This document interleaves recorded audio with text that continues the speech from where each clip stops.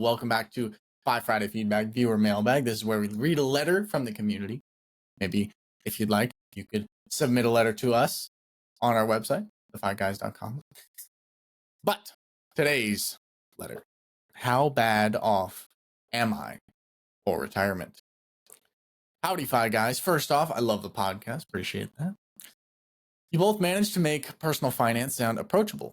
And I've even laughed out loud a few times in your analogies about the money void. So here I am, humbly submitting my story in hopes that you can shed some light on my mess, or at least convince me that I'm not as bad as I think I am. Let's see. Here's the deal. I am a 45-year-old human. I was expecting it's going to be man or woman, so just this 45-year-old. I don't know. It could be turtle. I don't know. Here's the deal. I am 45 years old. I've been terrible with money for most of my life. Live for the moment type of person. Was unintentional mantra for, no, gotcha. So live for the moment was my unintentional mantra for way too long. And now it feels like the bill is coming due. I'm waking up to the fact that I need to get my act together, but honestly, I'm a little bit terrified that it's just too late. Here's where I'm at though. My annual income is $95,000, solid, but nothing crazy. My IRA is $14,000. I did max out my IRA for 2024, which felt like a win. Congratulations. It is a win. Congrats. That is definitely a win. 401k, $42,000, but I was about $8,000 to $10,000 short of maxing it out this year. Okay. Savings, $60,000. Cool. Sitting in a high yield savings account, double cool. Like a security blanket, I'm scared to touch. Understandable. Very understandable. Expenses. My rent is currently $1,500 a month. I've got no debts, congratulations, which I'm very proud of, but also because I've been a little bit too afraid to take action on anything big like a mortgage. The dream of ever owning a home feels like that. Just a dream. Every time I look at the housing market, I think, why bother? Even with my savings, the numbers really don't seem to work. And I feel like I missed my window. Let's go ahead and stop here. Okay. So before we move on, something I'm hearing is that like it sounds almost like our audience member or our writer has given up at 45. And to steal that old Henry Ford quote, whether you think you can or you think you can't, you're right.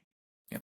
And I'm worried that right now he's like, I can't do it, so I might as well not try. The housing market's messed up. I only make $95,000. I'm 45 years old. It's too late. Dude, you're 45 years old. You're young. That's young. You have time. You have so much time. But if you believe that you don't, then yeah, you're probably going to create that reality. So I'm trying to think of a joke or something that we could like say to like get you out of this like funk. Like, dude, you're 45 years old. Yeah. So let's discount this, right? The first 18 years of your life, you were just learning, right? That's school. You didn't really even exist, right? So let's say you were born at 20. You've been only playing this game for 25 years, right? And you're only 45. Say you live to 85, you got another 45 years, another 40 years, right? So there's no point living a life where you're afraid of the future and you don't act in the now. You're sitting good. First, I feel like you're sitting good, right? Compared to some of the other viewer mailbags. Oh my God, yeah. You're sitting good. Like, you are sitting good. Very good. You're not $100,000 in debt, $200,000 in debt. I saw a video today. These people, they were rioting at the Capitol, right? Not a January 6th moment, totally different. They were talking about debt relief for their college, right?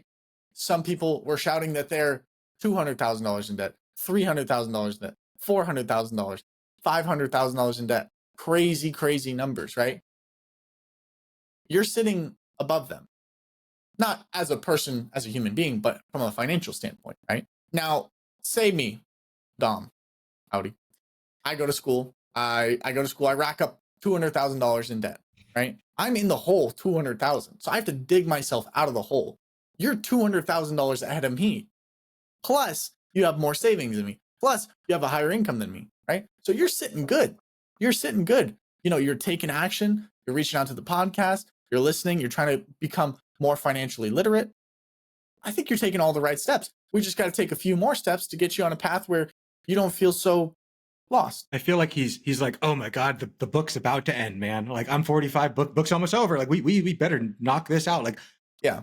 we need to have like that crazy grand slam moment where the wars happen and everyone wins and then we're good. Like that's what I need. It's like, bro, you just started the journey. Like you're still back in the Shire, dude. Like you got time.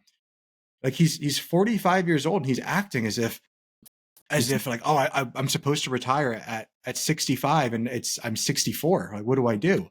Yeah. Like, you have so much time. And additionally, like, how freaking lucky are you that you realized it at 45? Do you know how many people in America, the average amount of money that somebody has for retirement at this time, not the average, I'm sorry, the mean, no, the median number. Because when you do the mean, it gets, there are some people that skew the hell out of it. You can only go to zero. You can go to infinitely high. Yeah. The median, though, the average person that retires with $300,000 to go into retirement, you're going to leave your job with $300,000 in life. Yes, you have Social Security. Yes, they have some more things. You're comparing yourself to maybe myself, maybe to Dominic, maybe to people that you see on social media who you don't know if they're telling the truth or not. It's good to aspire to somebody else, aspire to someone else's level, but rather than doing that, how about we try to be better than we were yesterday? Because there's always somebody out there that's better than you. I don't care how high you go, there's somebody else that's better than you. How good you are, there's somebody else out there who's going to outtrain you, outbetter you. Somebody's going to come around with genetics, with better knowledge, better everything. Things are always getting better. We learn from each other. It's kind of like the 4-minute mile, right? For so long, everyone's like, 4-minute mile, impossible. No one can do it. Then somebody actually did it. And then like 2 weeks later, 36 people did it because it became possible to do. If you go back, you watch the Olympics for like the skiing of like the original, like to do the jump was like a freaking 10-foot gap. And the first one that won was a spread eagle, like where they just do like this. Like the thing that you teach a child to do on their first jump used to win the Olympics. You're 45. You have so much time to grow and to become a world champion or whatever the hell you want. Yeah. People oftentimes underestimate what they can do in 5 years, and they overestimate what they can do in a year. Or is it the other way around? It might be the other way around. No, you got it right. So people overestimate what they can do in a year, but they underestimate what they can do in 10 years. Yeah. Yeah. It's unbelievable. I mean, if you like, I don't know, like you could go to the gym for 6 months and you would look like a completely different person, right? It doesn't take 10 years, and it doesn't take 10 years to really get back to where you need to be. You're sitting good. You're sitting good. So I'm going to continue on unless you have any final thoughts for that. No, I just wanted to like let him know, like, bro, you sound like you're dying. Like, yeah. Unless he's gonna about to like tell us like I have a terminal illness, like got 6 months left. Yeah. So my bigger fear is retirement. I can't stop thinking about it. I'm going to be working till I drop. Is the thought process that I've currently adopted, or worse, I will end up retiring only to eat ramen every night in a tiny little apartment that I can barely afford. I'm desperate to figure out how to avoid that future. But everywhere I turn, I feel a little bit overwhelmed. I've been trying to teach myself about savings, investing, and all that fun stuff, but it's like drinking from a fire hose. Interesting. I've never tried that. I'm probably going to skip that one. You'd have to write back in, tell me how that goes. Every financial guru has a different opinion. And I'm constantly asking myself, should I dump more into investments or pray for compounding miracles? How do I stockpile savings because it feels safe? Or how do I even begin to prioritize anything at this stage of the game? I'm scared of making the wrong move, but nothing is worse than staying the same. Honestly, I feel like the poster child of what not to do with my money, and it sucks. So here's my ask. Do you think I'm completely screwed, or is there hope for me yet? If you were in my shoes, what would be your first steps to right the ship? And maybe, just maybe, can you help me laugh about this so I stop feeling like a total failure? You're not a total failure. You are not a total failure. Not at all. Not by anybody's definition. Thanks for reading my mini financial crisis, and keep doing what you do. Your podcast give people hope like me. Your podcast gives hope to people like me. There we go.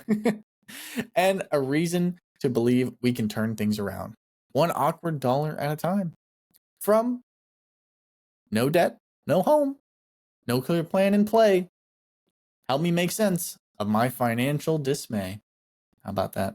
Boy, before we get into the financial stuff, Mhm. I want to talk about the importance of realizing that you're telling yourself a story all the time. And right now, this guy is in a freaking slasher film. And like, it seems like, oh my God, like it's right around the corner. Retirement, it's right. It's like, it's Jason right behind the door. He's ready to go. And like, bro, you're 45. Like, traditional retirement age is 65. But like, even that is a suggestion. It's not required. There's not a place in the, there might be companies, but the companies are not supposed to let you get to like 66 and be like, all right, time to go outside. We have the shotgun, like kneel down. That's not the way things work. And I feel like in your brain, you're thinking like, I'm about to die. Like retirement is right there. And if I don't reach it, I don't know, the retirement police are going to come and I'm gone. Beat me silly. Yeah. Yeah. Like that's not what's going to happen. This isn't North Korea. So that's good. That's kind of a bonus. How lucky are you that you don't live in North Korea, first off? So like, you got it. Common American W right there. We love that. So a lot of his problems are going to come from the mind, right? Most of life's problems come from the mind. Is there anything else you want to talk about in regards to that? Because it seems like there's a lot of mental hiccups there that need to be solved and resolved. And maybe his source of information, I know he's listening to podcasts, right? But maybe his other sources of information are really steering him in the wrong direction. Yeah, I mean, it's really possible. Like, you are the guy aggregate of the 5 people you spend the most time with, and maybe he's not physically spending time with these people, but like, if you're listening, you're consuming that data. Again, no one knows what is true. Everyone's just giving their suggestions as to what worked for them, but they're saying that it has to be true because it worked for me, and I know my brain, and I know how good I am. And if you say that I did something that wasn't right or that you wouldn't do, that means you're saying that I'm wrong, and that can't be true because I'm perfect. That's the thought process that happens instantaneously. So that's why they react in anger when they see something else.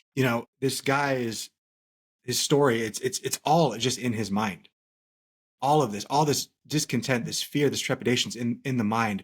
And it's so funny that we will go through our entire life our brain is working on 100% of things. 90% of the things, though, we can't do anything about. 5% we might be able to control, maybe.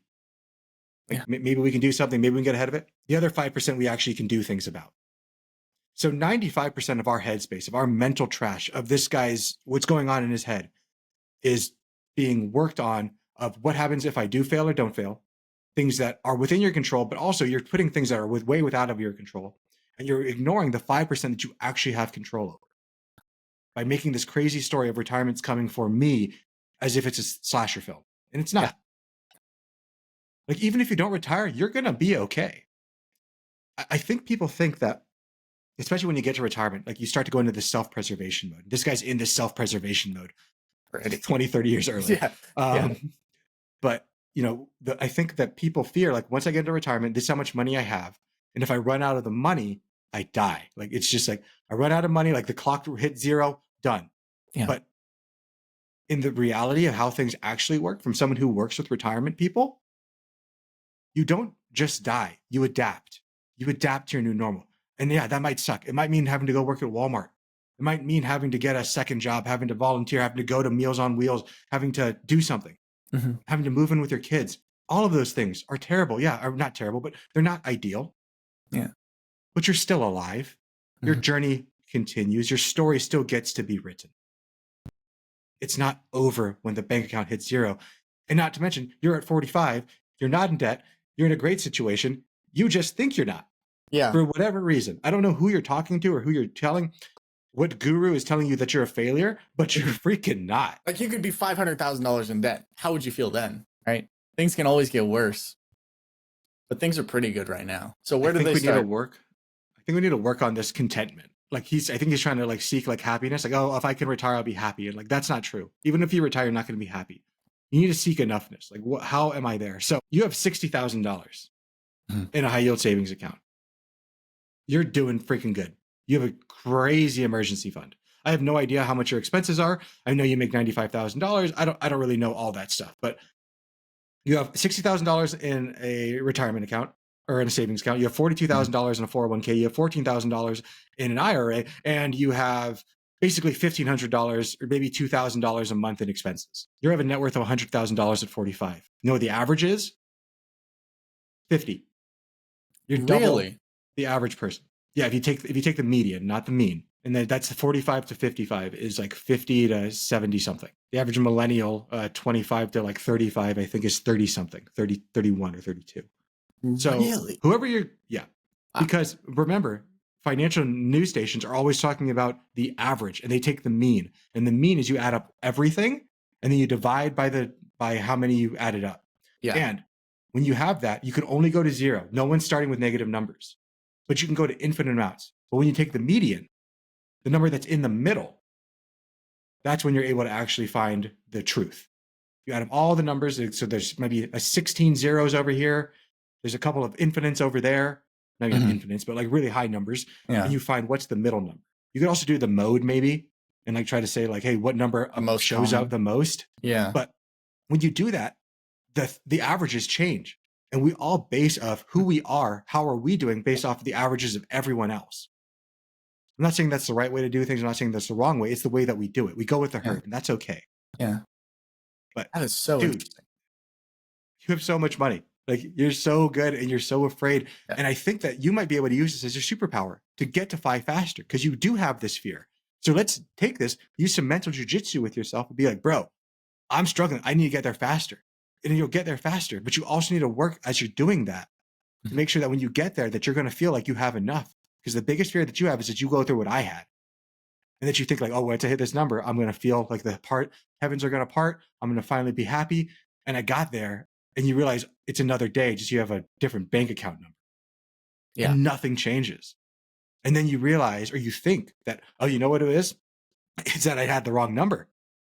I needed an additional $200,000. And you pursue that. You get it. You're like, ah, damn it. Feeling hasn't changed. It must be another $200,000. Must be another $1 million. Must be whatever number you think it is. Has nothing to do with any of that. Personal finance is so much more personal than it is finance. But let's get back to your actual question. The question that you really came here for. What can I start to do now? $60,000 in an emergency fund? That's a really big emergency fund.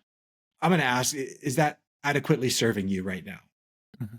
Could it be maybe better reallocated to some investments? You know, we here at the Fi Guys we don't really give rules as best we can. I really try to make people find internally what is best for them, what makes you sleep well at night. Mm-hmm. But if you put a gun to my head and say, Chris, how much should an emergency fund be? I'm going to say 3 to 6 months. Yeah. And then if you say like, I'm going to shoot, I'll say, okay, fine, 6 months. Like, that's funny. Yeah. Yeah. I agree. But for me, it's a year. Yeah. It's different. Yeah. Like if you put a gun to my head and say, you're going to shoot me, I'm going to say 6 months, but I don't agree I don't do that for myself. So what kind of a guru am I? I'm not. I'm just a dude who's trying to like teach you. Yeah. Stuff that I struggle. There's so many factors that go into it. What are your expenses? How quick do you believe you can get reemployed? Right? How many people are counting on you?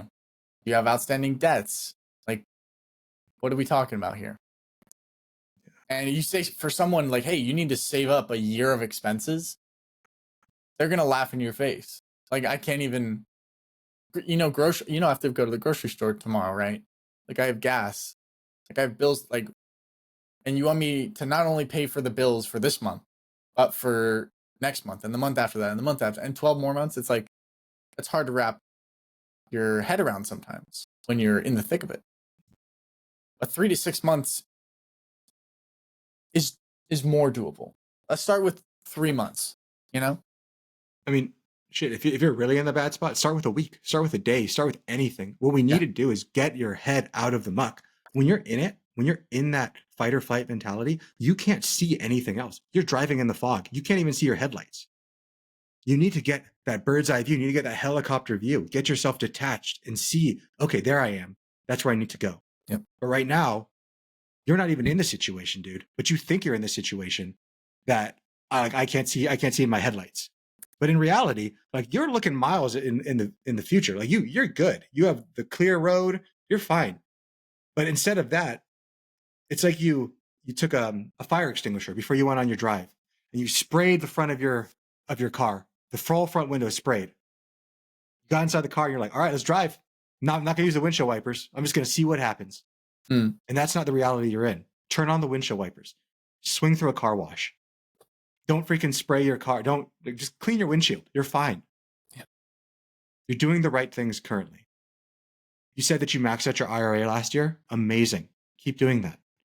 You said that you put in, I don't know how much, $20,000 or something into your 401k. Something like that. Yeah, you said that you were $8,000 or $10,000 short. So that means you put in like $12,000 into your 401k, and you think you're a failure for that. You saved $15,000 out of a $95,000 income, and I'm going to guess that's before taxes, meaning that your savings rate's like 20%. Pretty good. You think you're a failure compared to who? You are doing everything right. If I had to start somewhere, I would go ahead and start saying, how much money are you spending? I need to know that for sure. How much money are you making? Sounds like you know that. From there, we need to just figure out how much can I throw at the gap? How much money I make minus how much money I spend, I can throw at investments. And you have a superpower in that you have a buttload of anxiety that tells you that I need a lot of money. So keep on working on that gap and you'll be able to get to financial independence sooner. And that is not going to fix the problem. The problem is not the money. The problem is you. The problem is your mindset. The problem is that you feel that it is not enough. And no matter what you get, I can tell just by what you wrote that it's never going to be enough. I would suggest therapy. I think you need it. Even the home ownership thing of like, oh, well, I can't do it right now, so I guess I give up. Yeah. That's not the way to go through life. It's going to be, you're playing the game on super hard mode. And no one gets extra bonus points in life. You don't get a higher chair in heaven because you played the game on extremely hard. No one is handing out awards at the grave. It's your life, and you got to take control of it. And it's your mind, and you have to take ownership of it. There's definitely some great books that you can read on mindset. Chris and I will definitely rapid fire, maybe 3 or 4 or 5 books, Extreme Ownership. The book you recommended last week, A Man's Search for Meaning. Man's Search for Meaning by Viktor Frankl. I would put Do Hard Things, which next week we're actually going to do. Yep. We're going to talk about that. I want to talk about it this week, but I needed an extra week to think about it. So we can do that. One other one. Okay, so we have 3. Trying to think of a good finance book.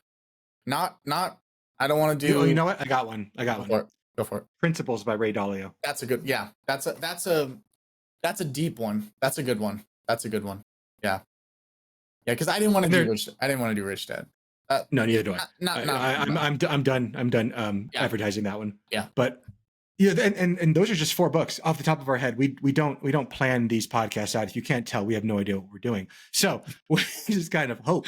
And that's just 4 podcasts. That's just 4 books. There are infinite number of books, infinite number of podcasts. You need to be careful though, based off of your individual tolerances, your individual mind, and the way that you perceive things, that you need to find people that are going to build you up. I would not find the influencer that's going to tear me down. There are some people that need that drill instructor. They need that Jocko. They need that David Goggins. I'm one of those people sometimes, but I'm also the person that needs to be nurtured sometimes. And you sound like the person that needs to be nurtured a lot. To be told that you're okay. You're going to be fine. And there's nothing wrong with you are. That. Yeah. There's nothing wrong. We all love that. We all need that. And you got a bright future ahead of you. Bright future. Yeah. To our audience member who wrote in, thank you so much for doing so. I hope we made you laugh. I hope we made you, maybe you just realize that you're not in the situation you think you are. You're in a really good place, man. Like, I'm proud of you. I think you're enough. You've done it. You're going to do it. You have 20 more years. I don't know what age you want to retire, but let's just say it's 65. If you keep up your current trajectory, you have 20 years of compounding behind you. We can obviously talk about what is the investments in. I don't know any of that. Like, we didn't go into any of that. So we didn't go into the actual finance, because this isn't a finance problem. This is a mindset problem. This is a personal part of personal finance. We can, all that other stuff, the finance stuff, that's easy to deal with. That's just numbers. That's simple. But this stuff, the stuff between your ears, that is infinitely complex. We have zero idea what the hell's going on in our brains. We think we do, but we don't know. What is consciousness? I don't know. No one does. You got this, man. Big hugs from Arizona.